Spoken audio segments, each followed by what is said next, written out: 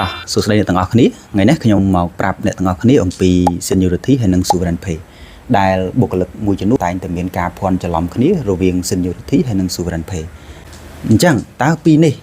យើងទទួលបានមួយណាហើយ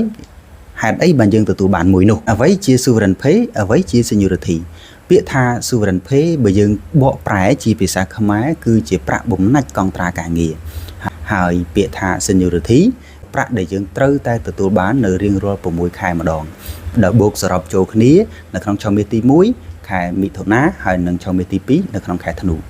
អញ្ចឹងតើពីរនេះបងអូននឹងទទួលបានមួយណាគឺអាស្រ័យទៅលើកងត្រាការងាររបស់យើងជាក់ស្ដែងបើក្នុងករណីថាកងត្រារបស់យើងមានដែនកំណត់ឧទាហរណ៍ថាយើងធ្វើការពីឆ្នាំ2025រហូតដល់2026ហើយក្នុងកងត្រានោះបានបញ្ជាក់ច្បាស់ថាកងត្រារបស់យើងនឹងចប់នៅឆ្នាំ2026នៃខែណាមួយអញ្ចឹងទៅអញ្ចឹងនៅពេលដែលយើងបញ្ចប់កងត្រាការងារនោះបងនឹងទទួលបាន sovereign pay ដោយ sovereign pay នោះយើងត្រូវទទួលបានចំនួន 5% នៃប្រាក់សរុបទាំងអស់ដែលគេបានបញ្ជាក់នៅក្នុងប្រាក់ខែរបស់យើង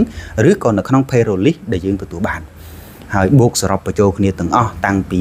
ខែទី1ដែលយើងចាប់ដើមចូលធ្វើការរហូតដល់ថ្ងៃចប់កងត្រាហើយត្រូវចេះគណនាខ្លួនឯងដោយក្នុងនោះគឺត្រូវទទួលបាន 5% នៃប្រាក់សរុបដែលយើងទទួលបានក្នុងរយៈកាលកងត្រាហ្នឹងបន្ថែមពីលើនេះមួយទៀតពាក្យថា seniority ដូចខ្ញុំបានបញ្ជាក់ពីខាងដើមមិញគឺយើងត្រូវទទួលបានរៀងរាល់6ខែម្ដងដោយក្នុងនោះក្នុងឆមាសទី1យើងនឹងទទួលបាន7ថ្ងៃកន្លះហើយនឹងឆមាសទី2ក៏យើងទទួលបាន7ថ្ងៃកន្លះដូចគ្នា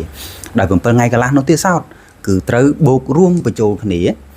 ជាមួយនឹងអត្ថប្រយោជន៍ទាំងអស់អីក៏ដោយដែលយើងទទួលបាននៅក្នុង payroll list របស់យើងហ្នឹងគឺអនឡាញនឹងទទួលបាន